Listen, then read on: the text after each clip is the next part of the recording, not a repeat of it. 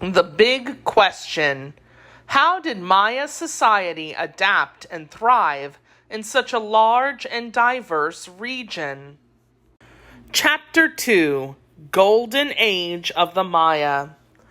Désiré Charnay was a French archaeologist who visited the jungles of Central America in the 1800s. He wrote the words below in his journal: "The rain is incessant. The damp seems to penetrate the very marrow of our bones. A vegetable mold settles on our hats, which we are obliged to brush off daily. We live in mud. We are covered in mud. We breathe in mud. The ground is so slippery that we are as often on our backs as on our feet."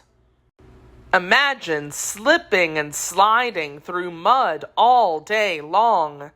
Imagine constantly swatting at mosquitoes. Imagine pit vipers and tarantulas resting in trees overhead. Imagine constant heat and humidity. Mud, poisonous creatures, and muggy weather were all part of Charnay's experiences in the rainforest. Charnay visited Central America after reading a travel book written by John Lloyd Stevens and illustrated by Frederick Catherwood. He was fascinated by the book's illustrations of ancient Maya ruins. Catherwood drew pictures of vine-choked temples poking through clouds. His drawings of carved masks looked like real people. Stevens and Catherwood portrayed abandoned cities swallowed up by dense forest. Their book captured the imaginations of people from all around the world. Who were these Maya? People wondered. A culture flourishes. The Maya were one of many groups of people who settled in Mesoamerica. They formed agricultural villages at least as early as 1800 BCE. Over time, they established a civilization. As many as 5 million people inhabited an area that stretched from the highlands of Guatemala to the plains of Yucatan. Between 250 and 900 CE, writing, religion, and art flourished. In certain respects, this era was the golden age for the Maya culture. The Maya were not ruled by a single ruler. The Maya lived in city-states scattered across considerable distances. Some of these city-states were larger than others. Each had a powerful lord who governed his own city and surrounding areas. The city-states both traded and fought with one another. Maya society was divided into classes, with lords in the highest class. Well-educated priests were also among the noble or highest classes. Both kings and priests lived in palaces close to city centers. Powerful nobles usually lived in the largest houses. Craftsmen lived in smaller homes that were often farther away from the city center. Farmers lived next to their fields that were even farther away. Temples and pyramids dominated the center of Maya city-states. Pyramids, temples, gods, and sacrifice. Maya city-states were centers of both government and religion. Each center had some unique architectural designs.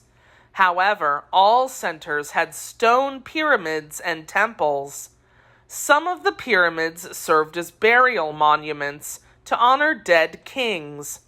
Temples occupied the top level of the pyramids, purposefully close to the heavens and the gods. These temples were reserved for rulers and priests. Pyramid temple complexes often surrounded a central plaza where public ceremonies and festivals took place. Religion was important to most aspects of Maya life. The Mayas' belief in gods and goddesses helped them explain the mystery of life itself. They believed that gods controlled everything. The gods were responsible for the rising and setting of the sun and the phases of the moon. They were certainly responsible for floods and droughts, as well as sickness and health. The Maya gave thanks for a bountiful harvest, a cured disease, or a victory in battle. They offered sacrifices or precious gifts to the gods. Sacrificial blood, both of animals and humans, was a common offering. Kings, sometimes called holy lords, were in charge of hosting sacrificial rituals and ceremonies. Toward the end of the Maya's golden age, the city-state Chichen Itza served as an important Maya center. Chichen Itza is located in an arid region of the northern Yucatan Peninsula. The Maya believed that Chichen Itza's well of sacrifice was the home of gods who controlled the rain. The Maya offered sacrifices to the rain gods. They did so because they believed that their fields would be watered. This well continued to serve as a sacrificial site for centuries after Chichen Itza's decline as a major Maya center. Trading from highlands to lowlands. Trade routes followed rivers, seas, and roads across the Maya region, connecting these indigenous people to one another. Cities were hubs of commerce, where people shared ideas and traded goods. The Maya used a barter system for exchanging daily necessities. People in the lowlands traded food, cotton, and jaguar skins for coastal salt and dried fish. People across Mesoamerica used obsidian, a volcanic glass from the highlands, for both jewelry and tools. Wealthy Maya valued precious gemstones and the brightly colored feathers of the rainforest's quetzal bird. Religious rituals, festivals, and ceremonies took place in the Pyramid Temple complex. Quetzal bird. Feeding city-states, wetlands, mountains, and rainforests. Maya farmers worked hard to supply food to the city-states. Rainfall and soil quality varied throughout Mesoamerica. The Maya found clever ways to meet the challenges of their diverse landscapes. Some lowland areas received heavy rains from May through December, followed by drought from January through April.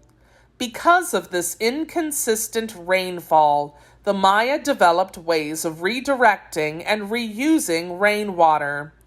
They created canals in the lowlands. They built raised earth platforms above the canals and created wetlands. Aquatic plants helped keep the water clean and provided shade for the fish in the canals. The fish, in turn, provided both food and fertilizer for the fields. In highland areas, the Maya cut terraces into the slopes of mountains. They practiced multi-cropping on this flat land, planting and harvesting the land multiple times throughout the year. Their crops included beans, tomatoes, squash, chili peppers, and pumpkins. Maize, or corn, was the main food throughout Mesoamerica. Maya canals and wetlands. Crops grown by Maya. In forested areas, the Maya used a technique known as slash and burn. They slashed or cut down trees and then burned the area. Then they planted new crops. Ashes left from the fire added nutrients to the soil. After several years, the crops used up the nutrients in the soil. The Maya then repeated the process in another area.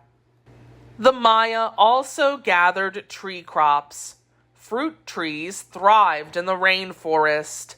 The Maya enjoyed the bountiful fruit of the breadnut tree. Similar to apricots in appearance, breadnut fruit has highly nutritious seeds. The Maya ate these seeds or ground them into flour. The Maya also used many rainforest plants for medicine. Some Maya hunted game in the forests, including deer, rabbits, and other small mammals. They raised turkeys and dogs for food. They raised stingless bees for honey, which they used to sweeten foods and drinks. In coastal communities, the Maya ate fish and turtles as well. It is important to remember that the Maya were not the first civilization to live in Mesoamerica. The way they lived was often very similar to the way others in the area lived. The Maya did not invent the pyramid, nor were they the first to practice writing. Instead, the Maya often improved upon practices originally borrowed from other cultures. Breadnut fruits. Male wild turkey. An important ball game. The Maya played a ball game called Pocatoc that had religious significance. Nearly every Maya city had at least one ball court. Enclosed by parallel walls, the rectangular courts varied in size. Some were nearly as large as a modern-day football field. The game of Pocatoc was played with a solid rubber ball that weighed as much as 8 pounds. Players kept the ball in the air with their knees, hips, shoulders, and forearms. Thick, heavy padding protected them in this fast-paced game. Rules varied among the city-states. At Chichen Itza's court, the object was to pass the ball through stone hoops. In some city-states, players were sacrificed to the gods at the end of the game. It's possible that the game symbolized the passage of the sun across the sky. This was believed to be an important daily task performed by the gods. Painted mural at Bonampak. Life in a royal court. This mural was painted on a temple wall at Bonampak in southern Mexico. It shows that members of the king's royal court lived lives of luxury. Rulers grew wealthy from trade among city-states. The mural depicts how members of the royal court lived and dressed. Loose-fitting clothing was typical of all social classes. Noble women wore beads, pendants, and earrings made of precious jade. Noble men covered their heads with feathered headdresses made of quetzal plumes. Only the rich and powerful wore fancy clothes and jewels.